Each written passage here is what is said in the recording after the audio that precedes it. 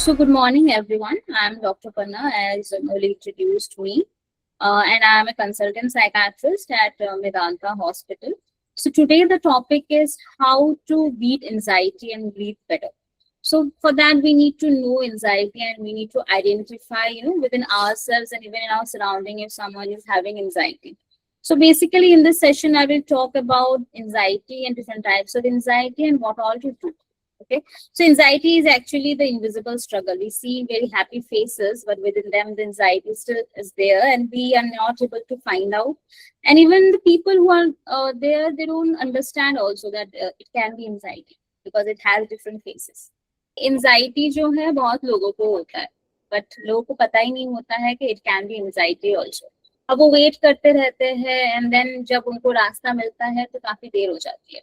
तो आज के सेशन में मैं एंजाइटी के बारे में बताऊंगी, एंजाइटी क्यों होता है वो बताऊंगी, एंड क्या करना चाहिए वो बताऊंगी. So what, why and what to do. ठीक है.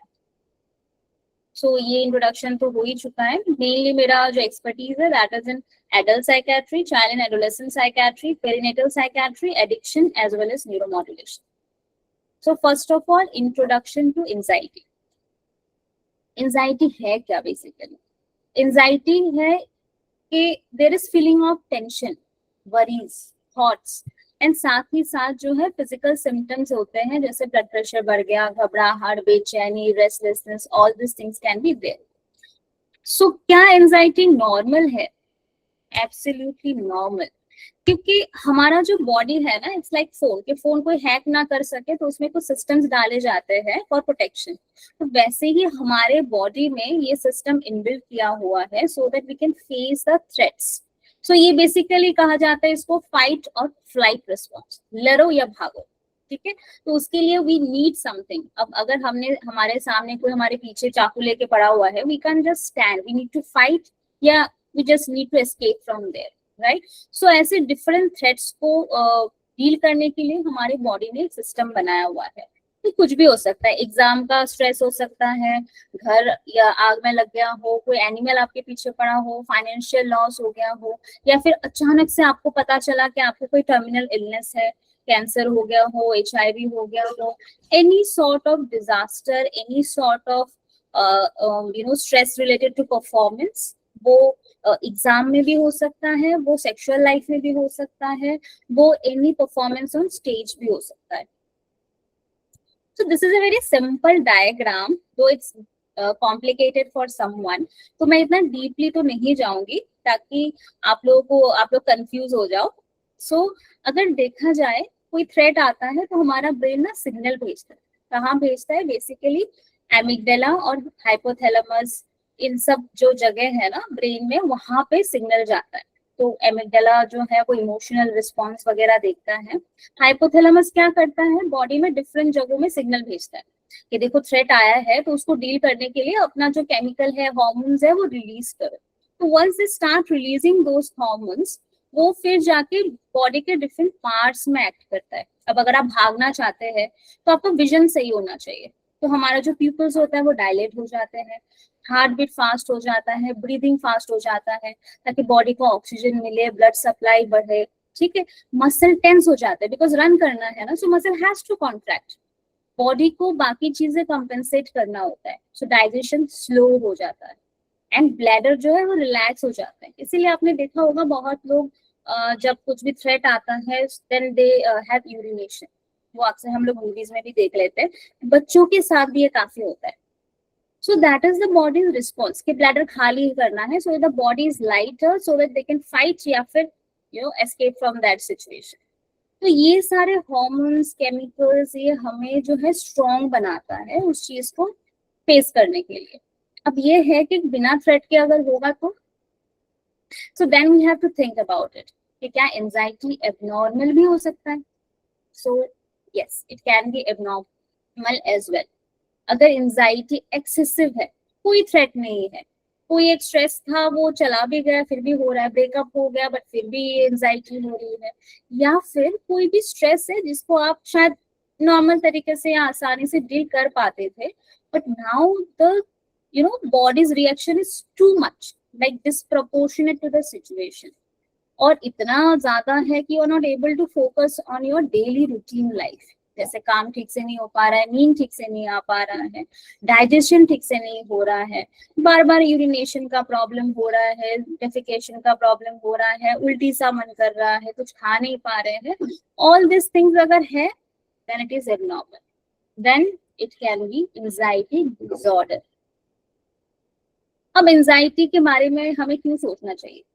क्योंकि हमें लगता है कि ठीक है, ज्यादातर लोग जो होते हैं वो बोलते हैं कि ठीक है, इतना बहुत तो एंजाइटी सबको हो जाता है, इतना ज्यादा घबराने की जरूरत नहीं है, बीमारी कितना ही होगा, कितने लोगों को ही होता है, एक दो लोगों को होता होगा। So it is very important to understand कि एक दो लोगों को नहीं है, पूरा जो वर्ल्ड है ना उसमें बहुत लोगों को होता है, बट ट्रीटमेंट सिर्फ कुछ ही परसेंट लोग ले पाते हैं। इवन इंडिया में भी 80% treatment gap है. So that's huge. So let us see what is the prevalence. WHO ने देखा है स्टडीज में कि 4% of the global population has anxiety disorder. यानी 300 मिलियन लोगों को एंजाइटी है। बच्चों में एंजाइटी नहीं होती है? होती है। मेरे पास एक पेशेंट आए थे एडल्ट, तो उनके बच्चे ने मुझसे पूछा था कि मैम मुझे ना ऐसे घबराहट बेचैनी हो जाती है जब भी एग्जाम आता है, सो इज इट एंजाइटी? उनके माँ ने एकदम से बोल दिया नो नो नो नो, बच्चों को थोड़ी ना एंजाइटी होती है, एंजाइटी तो बड़ों की बीमारी है, बच्चों को कुछ नहीं होता है। So we need to understand कि there has been many studies जहां देखा गया है 6 to 10% of children have anxiety disorder, यानी 150 से लेकर 250 मिलियन लोगों को। ठीक है, अब इंडिया में देखते हैं। सो इंडिया में एक स्टडी हुआ था, नेशनल मेंटल हेल्थ सर्वे, जो ऑलमोस्ट 10 साल पहले हुआ था। तो उस टाइम पे लाइक 10 years बैक 2.6% पॉपुलेशन में एंजाइटी था, यानी 20 से 25 मिलियन लोग, और बच्चों में 5 से 20% प्रेवलेंस था, यानी सारे 12 से लेके 50 मिलियन लोगों। तो अभी NMHS 2 चल रहा है, तो जनरली बोलते हैं कि 10 साल में जो है एंजाइटी डिसऑर्डर्स डबल हो गए हैं।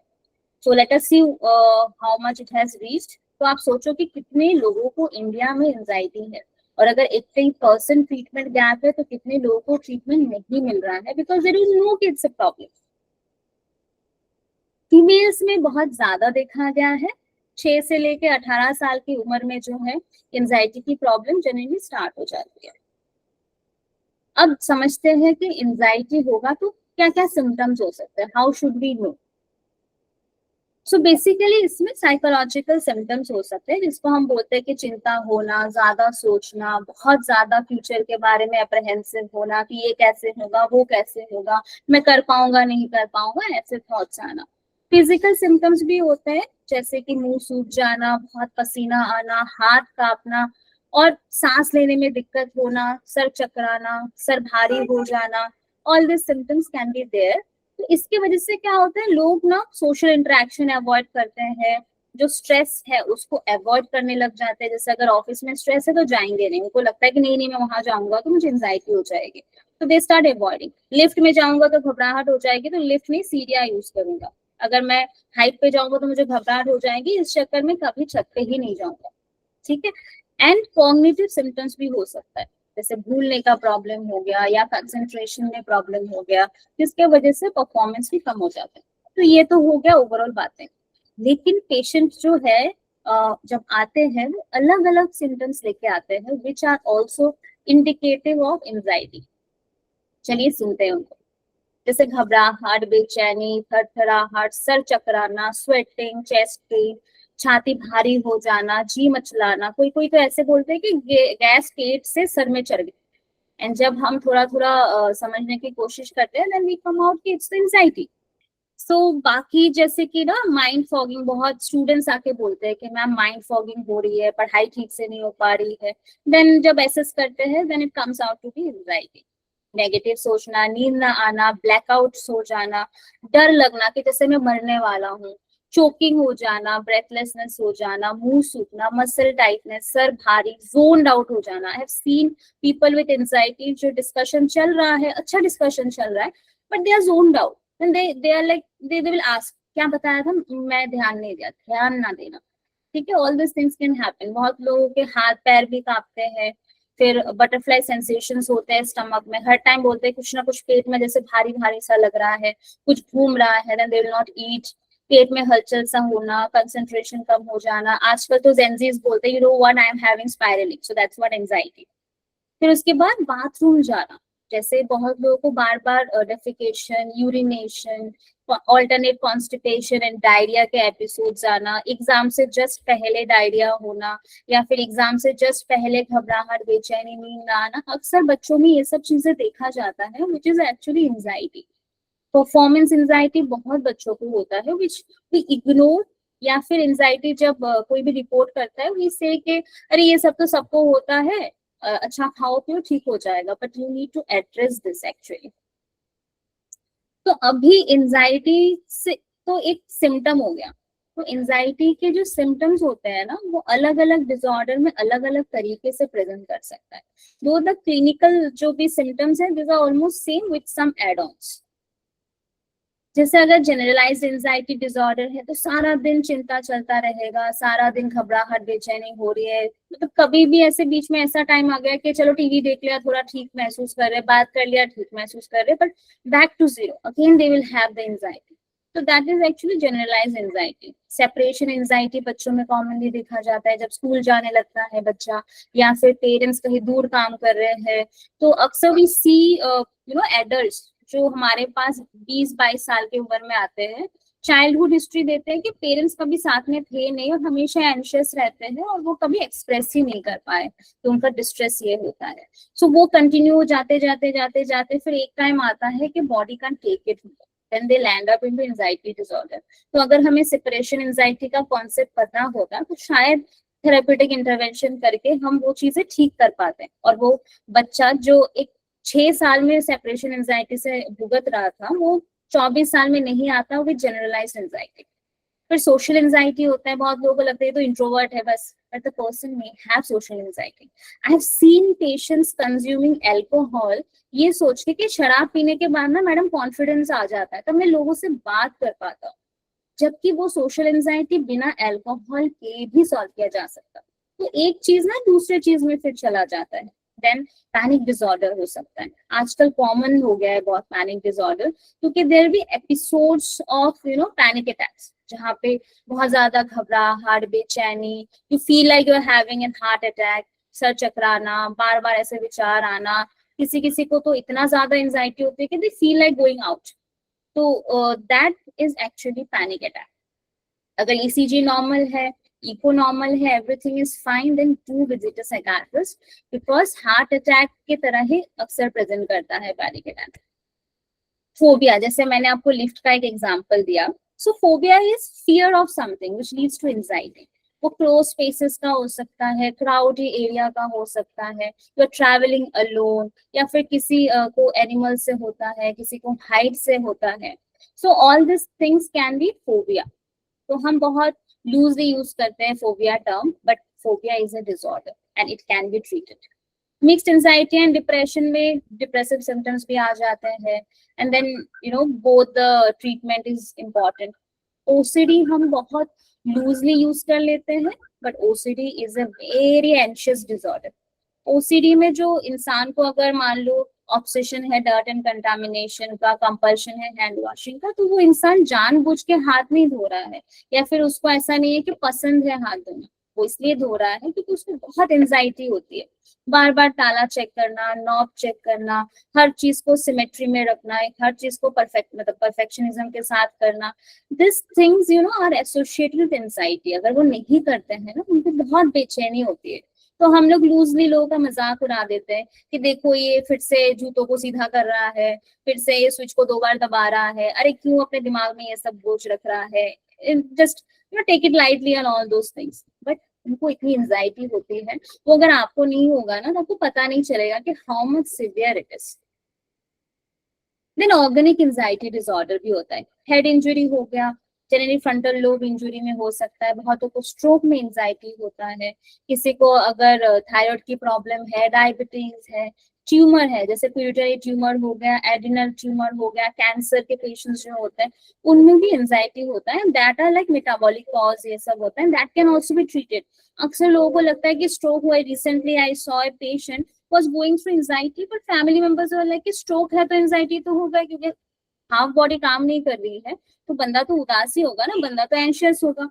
But that 70-year-old man is not able to sleep, is having panic attacks. तो वो सब उन्होंने इग्नोर कर दिया because they thought it is normal to have anxiety. लेकिन परसिस्टेंटली होना, फिर खाना बंद कर देना, उनको लगा उम्र हो गई तो खाना बंद हो गया, उम्र हो गई तो भूल गए. So it is very important to note such symptoms कि ये इस केस में भी हो सकता है. Then comes adjustment disorder. किसी के साथ झगड़ा हो गया, लॉस हो गया, डेथ हो गया, ग्रीफ बहुत बड़ा चीज होता है. लोग अक्सर लाइटली लेता है क्योंकि सोचते हैं कि ठीक है डेथ हुआ है तो उसके बाद तो अपसेट रहना is normal. Yes it is normal. लेकिन अगर 1 साल 2 साल उसी की याद में आपको घबराहट हो रही है, सपने आ रहे हैं, सो नहीं पा रहे हैं, खाना खाने का मन नहीं कर रहा है, then that is not normal. Occupational stress या फिर मेजर चेंज इन लाइफ जैसे कि पोस्टपार्टम एंजाइटी 20% फीमेल्स को होता है which is often on ignored. फिर अगर आपने जगह चेंज किया है, कल्चरल शॉक हो गया है, so all this things can also lead to anxiety disorder. Anxiety होना is normal but if it is persistent leading to dysfunction then it can be a disorder as well. फिर post traumatic stress disorder, अगर कोई trauma हुआ है बचपन में which can be physical abuse, sexual abuse, any sort of other abuse हो गया, nightmares आ रहे हैं, मन अच्छा नहीं है, फ्लैशबैक्स हो रहे हैं, you are reliving those events again and again, then you should seek help. Substance related anxiety, बहुत लोगों को लगता है, अक्सर पेशेंट्स आके मुझे बोलते हैं कि मैडम जब भी घबराहट होती है मैं ना ये कैनबिस ले लेता हूँ तो उससे मेरी घबराहट शांत हो जाती है. तो अब एंजाइटी है, ऊपर से कैनबिस ले रहे हैं एंड दे डोंट रियलाइज कि कैनबिस के विड्रॉल में भी एंजाइटी हो सकता है, अल्कोहल के विड्रॉल में भी एंजाइटी होता है, टोबैको के विड्रॉल में भी एंजाइटी होता है. एंड होता क्या है, यू टेक मोर सब्सटेंस तो आप जो नशा है उसके आदी हो जाते हैं. बहुत लोगों को कॉफी से एंजाइटी होती है. आई हैव सीन स्पाउस, एक कपल आए तो हस्बैंड ने बोला कि डॉक्टर मैं तो कॉफी पी लेता हूँ बिल्कुल सही हो जाता हूँ, इसको भी बोलता हूँ मैं कॉफी पी लिया कर, क्या टेंशन वेंशन थोड़ा सा अलर्ट हो जाएगी. But wife whenever she consumes coffee she starts having anxiety. तो वो चीज हस्बैंड ने कभी मतलब इम्पोर्टेंस ही नहीं दिया. एंड शी इज लाइक कि मैडम मैं अलर्ट होने के चक्कर में जब भी लेता हूँ मैं और घबरा जाता हूँ तो मुझे नहीं सूट करता है. तो people do have anxiety related to coffee, even हाथ भी कांपते हैं and some don't take a note of it. Acute stress reaction हो सकता है कि रिसेंटली कुछ घटना घटा हो, 24 जनरली 24 to 48 आवर्स तक लास्ट करता है, क्राइसिस सिचुएशन, ब्रेकअप हो सकता है, लॉस ऑफ समवन हो सकता है, डैमेज हो सकता है प्रॉपर्टी का, financial loss, anything can be there. Somatoform disorder में भी एंजाइटी हो सकती है. हमें एक्चुअली पता नहीं होता है सोमेटोफॉर्म के बारे में ज्यादा बिकॉज हमें लगता है शरीर में दर्द हो रहा है, you should go to a physician, सारे इन्वेस्टिगेशंस नॉर्मल आते हैं but that can be sign of anxiety.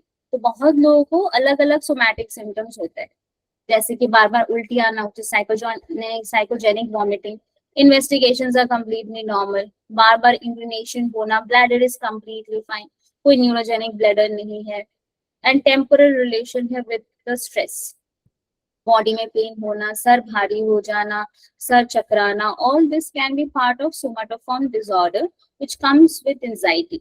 हमें समझ नहीं आता है कि ये क्या ही प्रॉब्लम हो सकती है.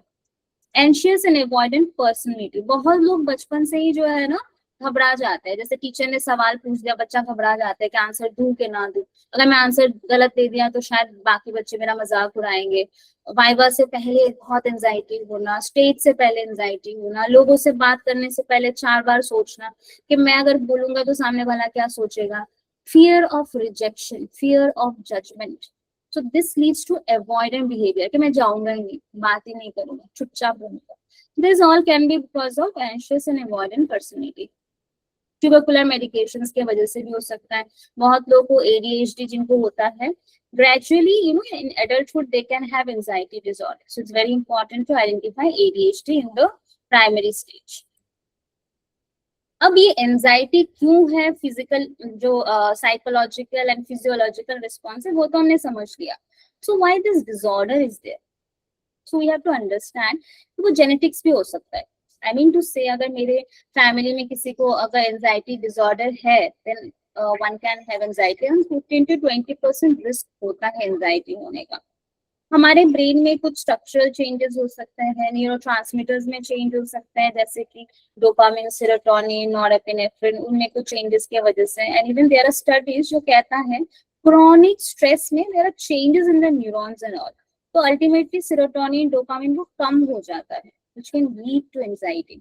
तो जो स्ट्रेस है उसको हैंडल करना बहुत जरूरी होता है।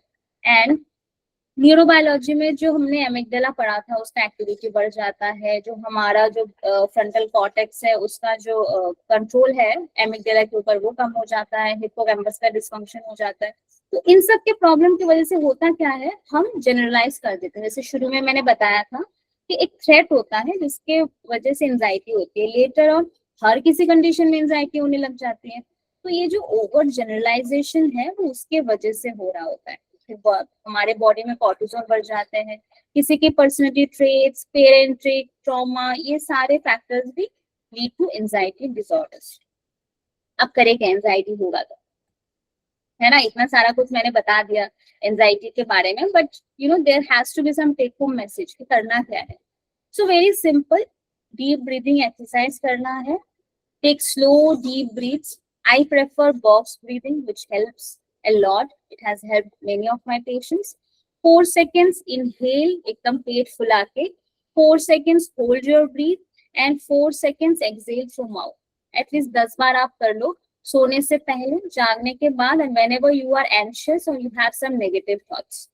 फिर प्रोग्रेसिव मस्कुलर जो रिलैक्सेशन एक्सरसाइज भी होता है, इसके काफी सारे वीडियोस भी मिल जाता है। बेसिकली जो बॉडी के जो हमारे इंडिविजुअल मसल्स होते हैं उसको कैसे कॉन्ट्रैक्ट करना है, रिलैक्स करना है, so it helps in overall relaxation, क्योंकि मसल बहुत टेंस हो जाता है whenever you are in stress और anxiety. Exercise is must. Physical activity mood better करते हैं क्योंकि डोपामिन रिलीज करता है, BDNF रिलीज करता है, उससे न्यूरोप्लास्टिसिटी वगैरह होता है। Even yoga also helps, so you should do that.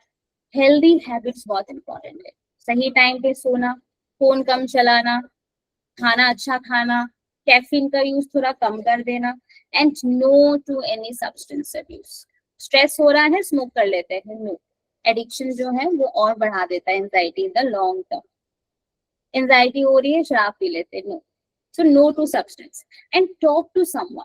घर वाले नहीं समझ रहे हैं, दोस्त नहीं समझ रहे हैं, काउंसलर से बात कर लो। आज तो गवर्नमेंट ने टेलीमानस करके हेल्पलाइन स्टार्ट किया है, व्हिच इज 24/7 अवेलेबल। तो आप कभी भी टेलीमानस के हेल्पलाइन नंबर में भी कॉल कर सकते हैं।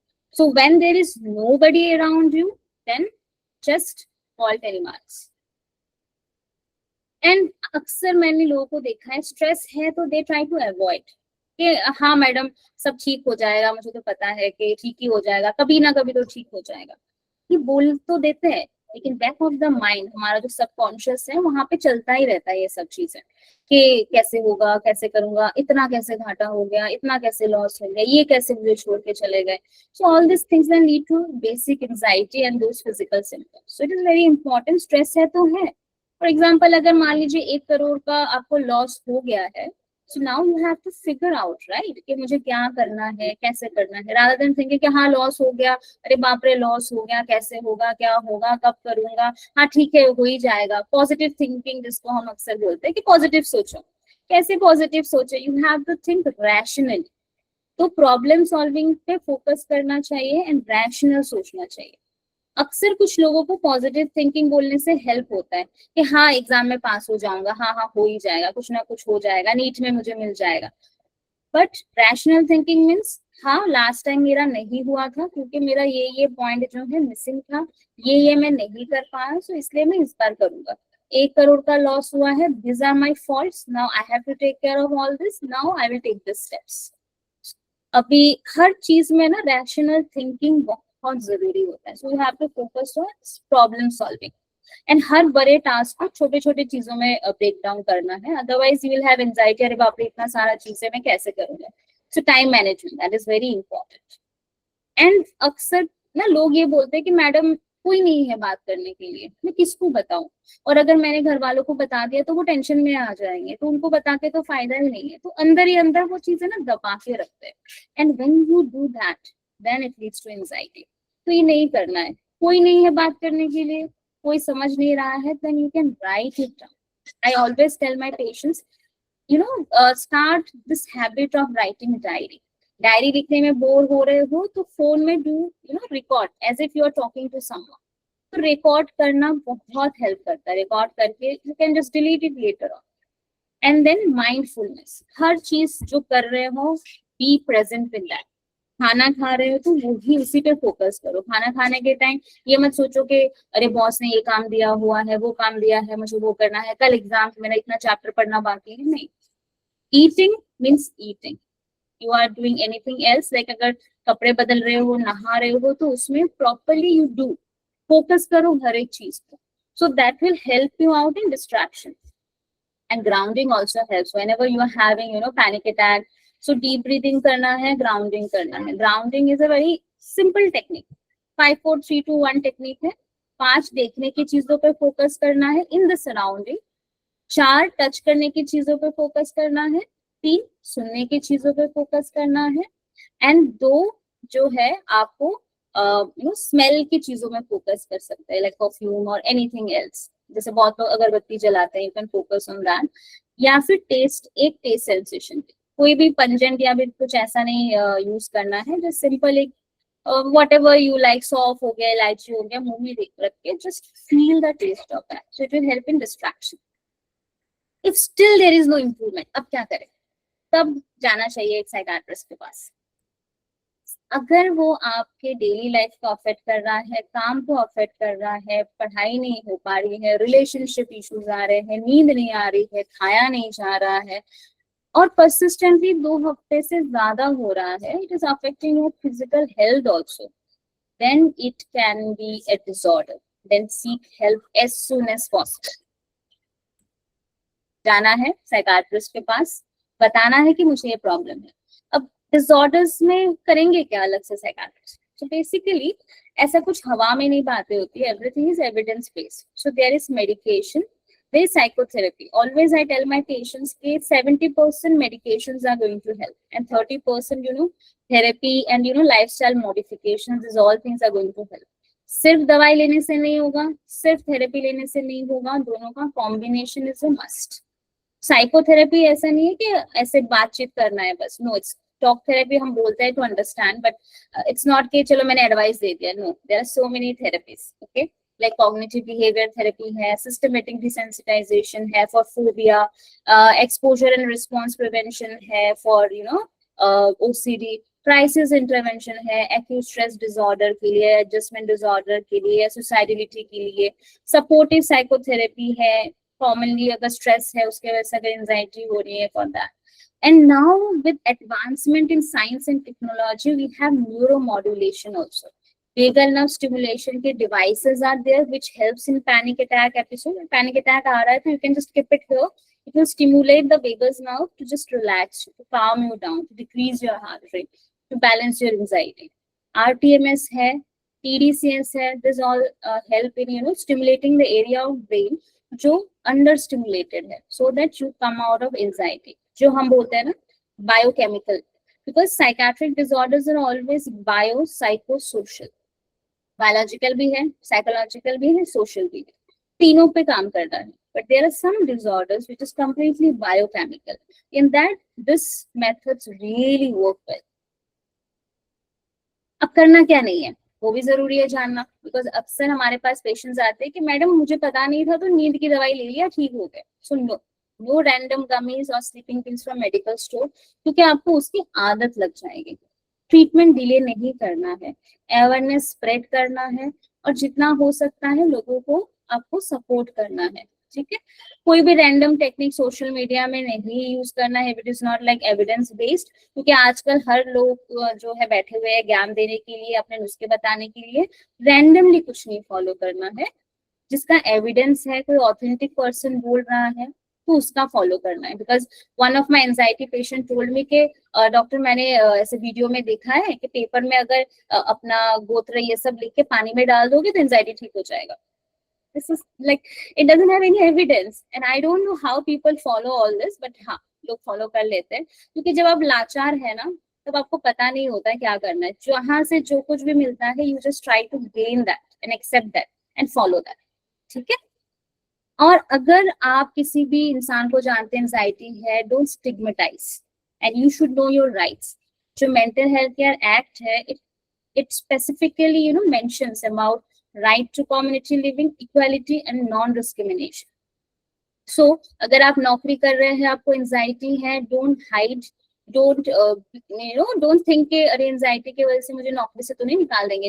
You have non discrimination and equality के राइट्स, कोई आपको ऐसे नहीं निकाल सकते। You have right to free legal aids as well as per mental health care act 2017। डरना नहीं है, घबराना नहीं है, go and seek help. So I thought इतना कुछ बता दिया है तो मैं अपने एक पेशेंट के बारे में भी बता देती हूँ, so that you get an idea, क्योंकि जब हम दूसरे की स्टोरी सुनते हैं ना तो हमें और बेटर समझ आता है। So this is the story of 32-year-old married male जो बीकॉम ग्रेजुएट है, स्टार्टअप में काम कर रहे थे, गुड़गांव में रहते थे, and he came with panic attacks, over thinking, sleep disturbances 10 साल से। It all started after the death of his best friend. दोनों गाड़ी चला रहे थे, एक्सीडेंट हो गया, his best friend died and after that he started having all the symptoms. वो मेडिकल स्टोर में गया, फिर वो स्लीपिंग पिल लिया, मेडिकल स्टोर वाले ने भी अल्प्रेक्स पकड़ा दिया which is Alprazolam। वो बीच बीच में लेता रहा नींद के लिए, योगा किया, मेडिटेशन किया, बहुत सप्लीमेंट्स लिया, हेल्थ ड्रिंक्स ऑनलाइन से मंगवाए उसने, बहुत सारे होम रेमेडीज भी किए, but there was no improvement.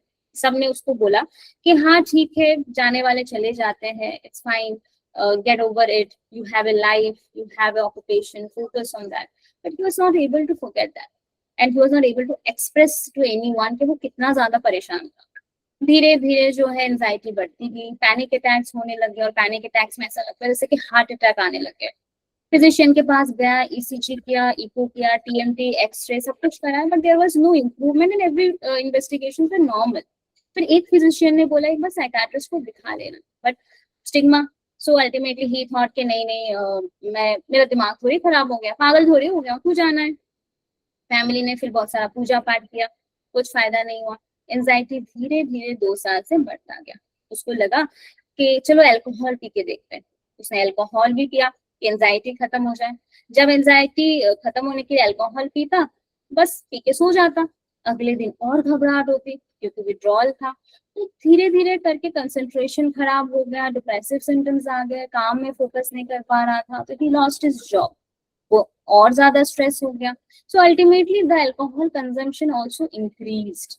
तो अल्टीमेटली जॉब नहीं, शादी नहीं, घर वाले क्रिटिकल कमेंट्स पास कर रहे हैं क्योंकि ये तो शराबी हो गया है। But what all started with a simple incident and simple anxiety, अगर उस टाइम ध्यान दिया होता तो इतना सारा कुछ नहीं होता। So when he came to me, there are so many things. Sleeping pill ने जो बेंजोडायजेपिन्स था, अल्प्राजोलम, उसका आदत लग गया, अल्कोहल की आदत, पैनिक डिसऑर्डर जो था वो जनरलाइज्ड एंजाइटी बन गया, एंड घर वालों से, दोस्तों से रिश्ते जो है वो खराब हो गए, नौकरी चली गई, कोलेस्ट्रॉल बढ़ गया, फैटी लिवर हो गया। सो 10 साल में अगर उसने एक बार भी प्रॉपर ट्रीटमेंट लिया होता तो शायद वो कुछ नया ही इंसान होता। बट ओके, कम से कम आया तो सही। 2 साल का ट्रीटमेंट चला, मेडिकेशन, सीबीटी, फैमिली थेरेपी भी बहुत इंपॉर्टेंट है क्योंकि उसके फैमिली में काफी इश्यूज थे।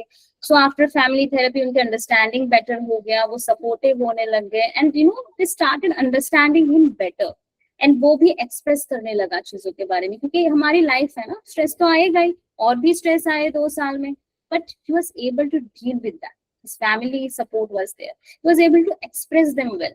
सो आज के डेट पे he is employed, is married, no addiction and medications free, and सबसे important है कि उसकी coping better हो गई है, and now he knows कि early warning signs क्या है अगर वापस anxiety हो तो, क्योंकि कभी भी anxiety वापस आ सकता है ना, but now he knows he is not going to wait long to suffer, ठीक है। So this is a video to show how panic attack looks like. So heartbeat is racing, sweating, breathlessness, not able to sleep, choking sensations, all, and lightly heaviness in head. All these things can happen in panic attack. Okay?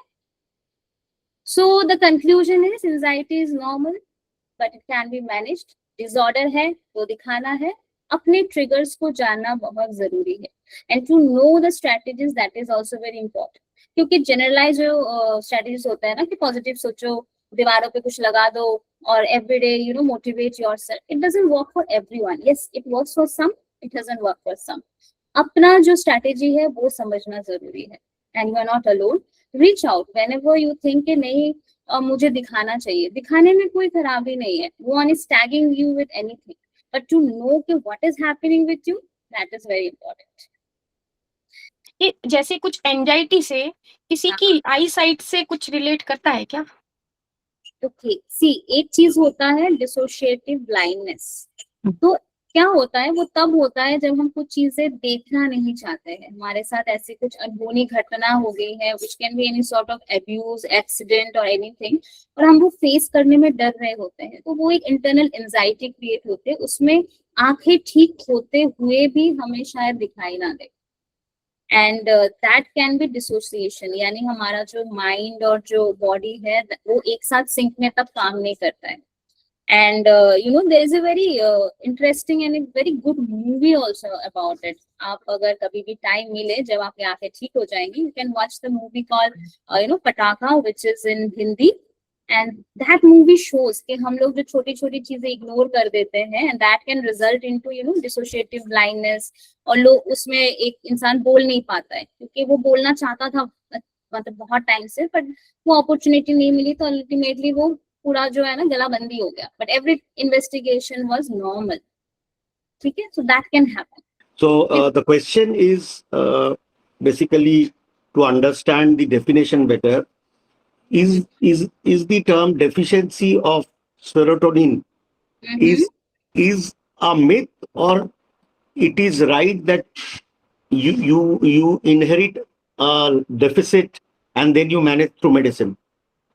You inherit A deficit in serotonin by birth, or then you have to manage it through medicine.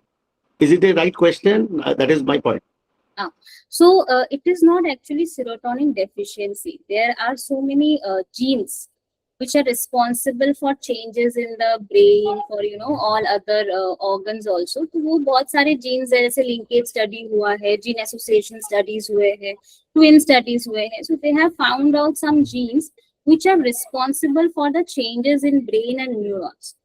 तो उसके वजह से जो है हमारा frontal cortex के जो pathways है उसमें इश्यूज हो सकते हैं, जिसमें सेरोटोनिन कम हो सकता है या डोपामिन कम हो सकता है, नॉरएपिनेफ्रिन कम हो सकता है, गाबा ज्यादा हो सकता है. So it is all about the inter neuron connectivity and all. So this things can be affected.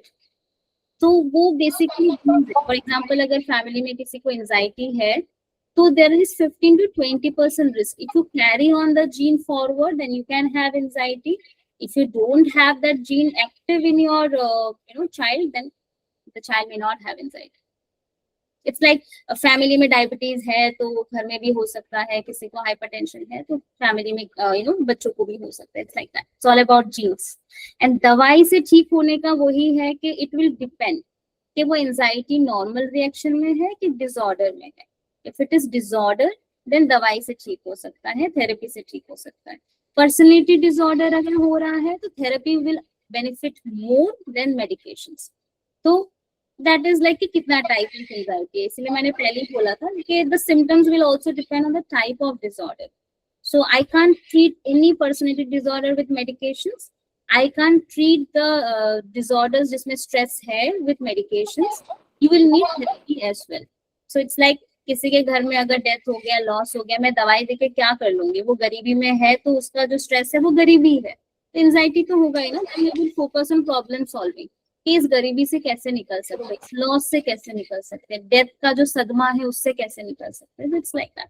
आप सभी मैडम से कांटेक्ट कर सकते हैं और कंसल्टेशन ले सकते हैं. मैडम का नंबर चैट बॉक्स में दिया गया है. You can seek personal help as well. और आपके जानने वालों में से भी किसी को भी रिक्वायरमेंट है, मैडम मेदांता में बैठती है, गुड़गांव एंड दिल्ली एनसीआर बहुत सारे ब्रांचेस में बैठती है, and she is a personal clinic also. You can avail all the facilities by contacting her, या आप हमसे भी कॉन्टैक्ट कर सकते हैं. We will share her details. Actually मेरी क्वेरी ये थी regarding the panic attack. So आजकल मैंने देखा in my family also I have seen, and I think ये जैसे आपने बोला कि फीमेल्स में बहुत कॉमन हो गया है. सो मेरे फैमिली में क्लोज है जिनको ये अक्सर पैनिक अटैक्स होते हैं, एंड डॉक्टर उनको एडवाइस यही करते हैं कि ऐसे आपने बोला था कि डीप ब्रीदिंग करो, एंड देन मेडिकेशंस तो चलो आगे जाके आता है जब उनको एक्चुअली रियलाइज हो, but some people don't realise also, and during the menopause also time उन लोगों को ये पैनिक अटैक्स भी आते हैं, तो उसके लिए आप क्या एडवाइस करेंगे, क्या मेजर्स ले सकते हैं अपने एंड पे, फीमेल स्पेशली? सी अभी वही है कि जो एंजाइटी है, पैनिक अटैक जो है, क्या वो स्ट्रेस के साथ है या विदाउट स्ट्रेस है? जनरली पैनिक अटैक्स, जो पैनिक डिसऑर्डर है, वो बिना स्ट्रेस के होता है। लेकिन किसी किसी को एग्जाम रिलेटेड हो सकता है, हार्मोनल अगर इश्यूज है उसमें पैनिक अटैक्स हो सकते हैं, अगर किसी का ऑक्यूपेशनल स्ट्रेस चल रहा है, फैमिली स्ट्रेस चल रहा है, उसको भी पैनिक अटैक आ सकते हैं। सो पैनिक अटैक है, वजह क्या है, वी विल सी कि इफ इट इज स्ट्रेस तो हम उस पर एक्ट करेंगे, कि फैमिली थेरेपी हो गया, कॉग्निटिव बिहेवियर थेरेपी हो गया, सपोर्टिव साइकोथेरेपी हो गया, all this things are going to help. And you know there is a difference between counselling and therapy. Counselling is like कि चलो अभी एक्यूट स्ट्रेस हो गया, समझा दिया, गाइड कर दिया, बुझा दिया, हो गया। But therapy is like working on your cognitive distortions, understanding your defences and then helping you out to cope with the stress. अगर कुछ भी स्ट्रेस नहीं है, सब कुछ बढ़िया चल रहा है, it is only panic disorder, तो फिर ट्रीटमेंट में मेडिकेशंस लेना पड़ेगा। अगर ट्रीटमेंट रेजिस्टेंट है तो फिर there are other techniques like neuromodulation, जहाँ RTMS, BNS, TDCS, all this come to play. And perimenopausal anxiety, postpartum anxiety is very commonly seen.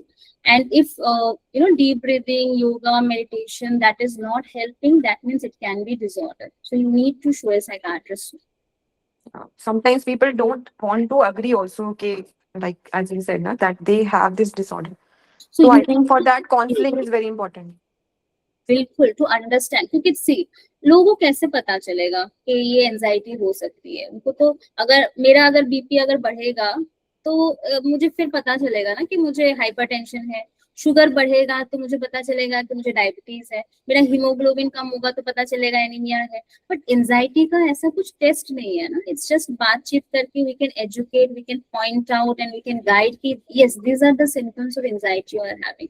So you can motivate कि देखो तुम जाके एक बार बात कर लो डॉक्टर से, कोई दवाई मत लो, कुछ मत लो, जस्ट अंडरस्टैंड कि ये क्या है, दैट्स ऑल, और कुछ नहीं करना है। डॉक्टर आजकल बच्चों में भी बहुत ज्यादा ये because of watching the mobiles और स्क्रीन टाइम जैसे इंक्रीज हो रहा है, उनमें भी मैंने देखा है बोलने के वे में, जैसे छोटे बच्चे आजकल जो है they are not able to speak with time, मतलब बहुत लेट होता है स्पीकिंग, सो वो भी I think sort of some anxiety रहता है बच्चों को, what do you advice for them? See, there is a term called digital autism which has come recently because after COVID digital use बहुत बढ़ गया है। तो क्या हो रहा है ना, they are more the passive viewers, वो देखते रहते, करते रहते, social interaction कम हो गया है। तो एक बच्चे का जो है ना ग्रोथ तभी होता है जब वो बात करेगा, लोगों से मिलेगा, चीजें करेगा, फेल होगा, उठेगा। But when you are into the digital, especially I see adolescents who chat with ChatGPT। अब चैट जीपीटी बोलो, आप सोशल मीडिया का जो एल्गोरिदम है वो आपको वही दिखाएगा जो आप देखना चाहते हो। So that's a bubble. तो जब वो बच्चा बबल से बाहर निकलता है and face the real world is not like जो हम चाहते हैं, right? There will be different situations. तो then they start facing anxiety, social withdrawal, फिर कैसे बात करना है, दे आर वेरी सेंसिटिव। किसी ने अगर कुछ बोल दिया, they are not able to take it well, कि मुझे ऐसे कैसे बोल दिया, because I am used to the digital media where whatever I want, I can see how I want, they're showing me. I am talking to chat GPT or other like Gemini and all, they are understanding me. Parents भी नहीं समझ रहे हैं, दोस्त भी नहीं समझ रहे, कोई नहीं समझ रहा है। So that's how they get socially withdrawn, and whenever they go into society they have anxiety. तो इसीलिए आजकल anxiety बहुत ज्यादा बच्चों में भी बढ़ रहा है। And it's very competitive world ना, when you see the algorithm is like that कि आपको आप ही के एज के बच्चे दिखाएंगे who are doing so many things, तो एक इनसिक्योरिटी तो हो ही जाता है। Yes, completely agree. Like kids are asking to Google Gemini and ChatGPT when then it's difficult for parents कि वो उनसे डिस्कस नहीं कर रहे हैं, उन ChatGPT से they are asking questions. Yes. Yeah. So you do counseling for children also? Yes. Okay. आजकल तो हर एक एडोलेसेंट में वही प्रॉब्लम आ रही है, and I tell them कि real world is not so sweet, you will have harsh moments as well. तो reality touch बहुत जरूरी है, and then they gradually understand. Medications है ना, उसका स्टॉप करने का एक तरीका होता है, ग्रेजुअली टेपर करके फिर स्टॉप करना होता है। इट्स नॉट लाइक कि हमने खाना खाना एक दिन छोड़ दिया, ठीक है। अगर जैसे कि हम खाना खा रहे एक दिन छोड़ दिया, तो हमारा बॉडी जो है ना, उसको पता है कि कैसे फास्टिंग के साथ डील करना है, कैसे ग्लाइकोजन को ग्लूकोज में कन्वर्ट करना है, how to use the stored energy. But जब हम मेडिकेशन एकदम से बंद कर देते हैं, तो उसका एक हाफ लाइफ होता है। जैसे 50% of the medication remain in the body for may be 4 hours, 3 hours, और किसी किसी का 24 घंटा रहता है, किसी किसी का 3 दिन रहता है। So depending on the half life, छोड़ने के बाद वो सिम्टम्स कब तक आएगा नहीं आएगा, वो मैटर करता है। So that is why we gradually taper the medication and then stop it. When you have an anxiety disorder, generally 6 महीने से लेके 1 साल का कोर्स होता है, and it also depends कि आपको कितने साल से एंजाइटी है। अगर 6 महीने से एंजाइटी है, तो हम रखते हैं कि 3 महीना जो है दवाई खा के जब रेमिशन आ जाएगा, रेमिशन मतलब जब आपके सिम्टम्स 50% से ज्यादा ठीक हो जाएगा, तो उस स्टेज में जब पहुंचते हैं, देन वी सी ना अदर इम्प्रूवमेंट ऑल्सो, कि 1-2 महीना और चला के देन ग्रेजुअली वी टेपर। तो जब आप ठीक होने लग जाते हैं, तो अक्सर पेशेंट सोचते हैं कि मैं छोड़ देता हूँ, लेट्स ट्राई अदर मेथड। सो एकदम से नहीं छोड़ना चाहिए, because that course is also important. जैसे एंटीबायोटिक का कोर्स करते हैं ना, कि 5 दिन का कोर्स, 1 हफ्ते का course. So I always advise, follow up करो, आस्क योर डॉक्टर कि डॉक्टर मैं अभी छोड़ सकता हूँ कि नहीं, doctor do you think I can do something else और not. Okay, so maybe we can restart the treatment and then gradually taper it down over the months after seeing improvement, and you continue your physical exercise and all that is very important, ठीक है। तो you always have to remember कि trust and patience दोनों चीजें बहुत important है in recovery, so you have to have some patience, so don't worry, again you can restart treatment and then we can go forward with your progressing towards better life. और सभी को बहुत बहुत thank you कि आपने इस important दिन को, अक्षय तृतीया के दिन को चुना कि आप अपने मेंटल हेल्थ के प्रति ध्यान रखेंगे, आप और आपके सभी। मैं इसी के साथ हमारी जो दिल्ली की स्टेट प्रेसिडेंट है डॉक्टर पूनम सिंह, वो हमारे दिल्ली इंडियन योगा एसोसिएशन की स्टेट प्रेसिडेंट है, उनको many thanks and vote of gratitude देना चाहूंगी कि उनको अपने व्यस्त समय से उन्होंने थोड़ा समय निकाला मेरे रिक्वेस्ट पे हमारे लिए, तो थैंक यू मैडम। और साथ ही साथ हमारे जो गुड़गांव के टीम मेंबर है डॉक्टर नेहा तनेजा जी, वो हमारे साथ इंडियन एसोसिएशन की है और उन्होंने हमारा साथ दिया हर इवेंट में, थैंक यू सो मच। तो इंडियन योगा एसोसिएशन अभ्युदय की तरफ से थैंक यू आप सभी को ज्वाइन करने के लिए, ऐसे ही हेल्थी सीरीज के आगे बढ़ाने के लिए हमें मोटिवेट करते रहिए। और नेक्स्ट टॉपिक अगर आप चाहते हैं किसे बनाए, आप चैट बॉक्स पे लिख सकते हैं, और मैडम से कोई भी आपको रिक्वायरमेंट हो, मैडम से आप जरूर संपर्क करिए, अपने तक सीमित मत रखिए। टेलीमानस हेल्प ऐप जो गवर्नमेंट ने लॉन्च किया उसका सहारा लीजिए और मैडम के संपर्क में रहिए। स्वस्थ रहिए, धन्यवाद।